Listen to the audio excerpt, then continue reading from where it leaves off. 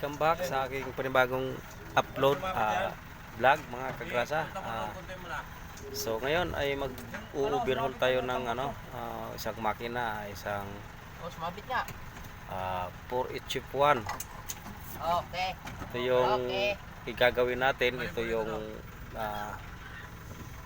kakatayin natin to dahil medyo matanda na kasi yung makina nito mga kagrasa. Mga nasa 1996 model to mga kagrasa.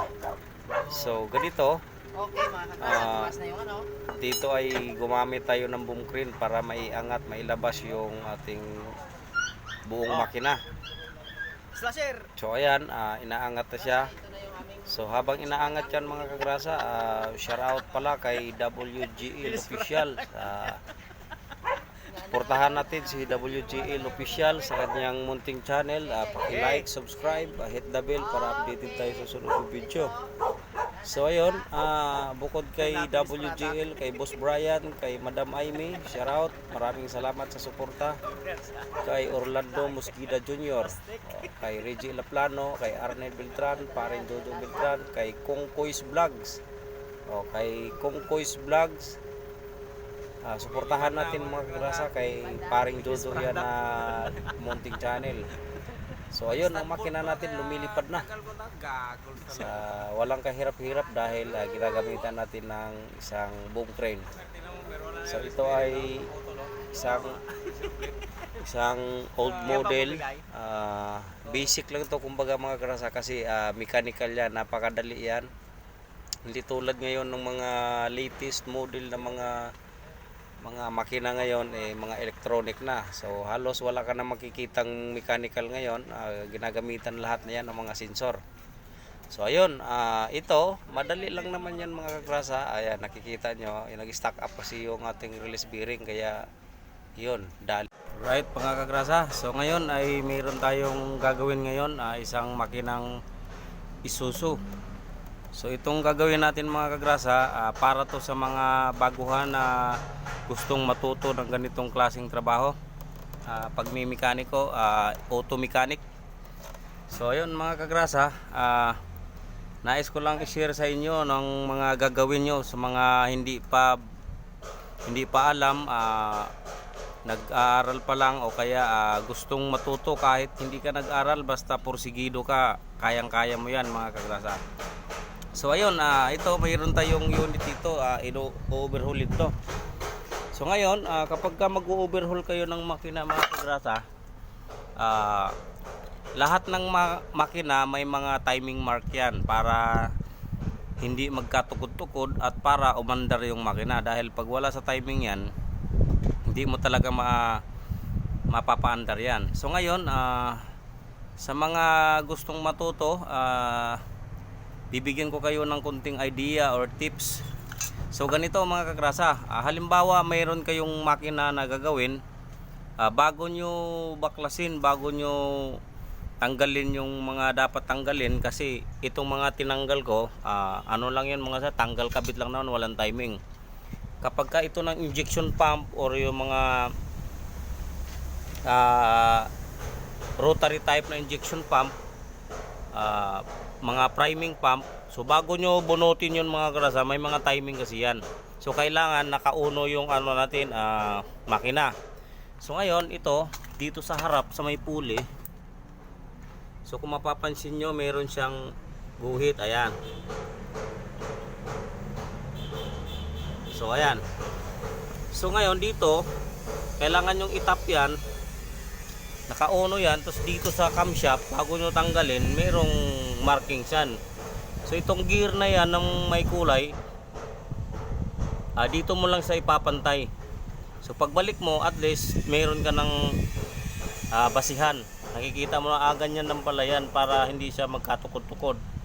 So pagdating naman dito sa injection pump mga kagrasa,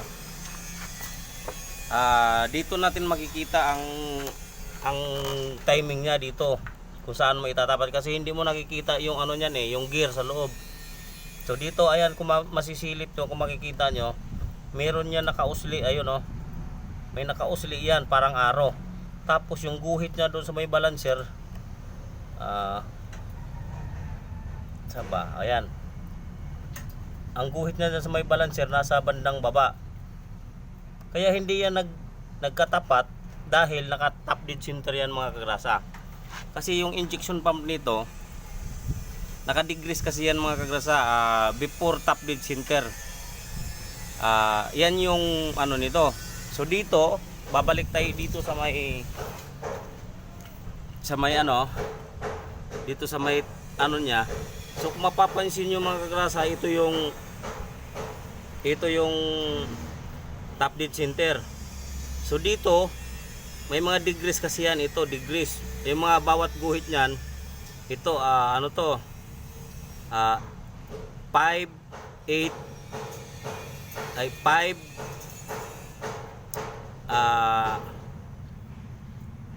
5 8 at saka 11. Yung tatlong guhit ng mga kagrasa, ayan. So ayun, kung itatapat natin to dito, kung alin man dito tumapat, yun yung degrees ng injection pump. So pipihitin natin para makikita nyo doon sa may injection pump kung saan siya tumapat na degrees. So dito ipipihit natin yan, itatapat natin yan ng 5 or 8.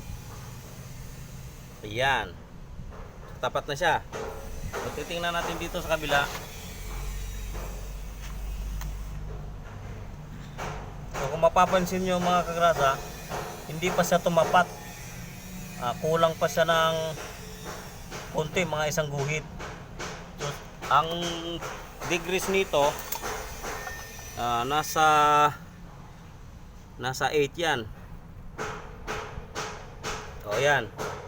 Nasa pangalawang guhit mula sa top dead center pababa. So dito natin tinapat. So ngayon pag kinabit nyo yung injection pump nito mga kagrasa, so ayun nakikita mo. So kung mapapansin nyo, tapat na siya, ayan. Kulang pa ng konti. Sit natin ulit.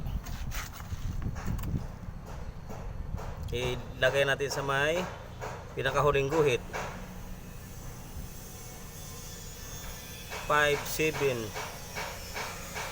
Alright.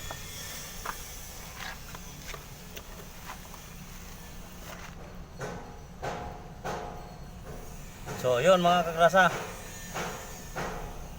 Kung napapansin nyo yung guhit na tumapat na doon sa may araw. So ganito magkabit nyan. Bago nyo bunutin to, kailangan nyo munang silipin yung kung ilang degrees para pag binalik nyo yan mga kagrasa, may kabit nyo ng tama at hindi kayo magka-problema pagdating ng assembly. Pag inasimbol nyo na, sabihin nyo okay naman to dati, nung inoverhaul lang, wala na sa timing, ganito ganyan. Ang dami nang nangyari dahil binaklas nyo nang hindi nyo chinek yung degrees. So ayun, babaklasin na natin to dahil naka-timing na yan. Yung overhead cam kasi to, so kung napapansin nyo dito mga kagrasa, nakalubog na yung gear natin. Dahil itong kamsa, pag kinabit mo yan, dapat naka-top dead center yung ating posisyon ng piston. So ayun nakalubog na siya, ayun So ibabalik natin siya sa top dead center. Yun. So ayun, ito lang ang gagawin mo. Kung magkakabit ka nito, kailangan naka-top dead center pag kinabit mo yung camshaft. Ngayon, kapag ka-injection pump naman yung ikakabit mo, kailangan naka-degrees ka. So i-atras mo siya.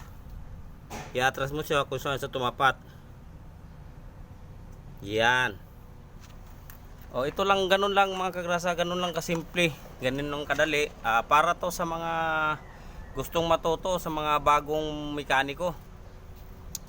So ako dati, ganun din, medyo nangangapa din kapag bago pa. Kailangan mo lang porsigihin at pag-aralan mo kung ano yung mga dapat mong gawin para maibalik mo ng tama. So ayun mga kagrasa, bago ko baklasin to mga kagrasa, shout out pala kay WGL Official. Paki-subscribe na lang tong tropa natin, WGL Official. Maraming salamat sa suporta. Kay Boss Brian, kay Madam Amy, kay Orlando Mosgida Jr., kay paring Bear Palabrica, shout out. Tsaka kay Alvin Aurea, Dan Mechanics. Alright, maraming salamat mga kagrasa. So ayun, tuloy na natin yung pagdidismantle nito.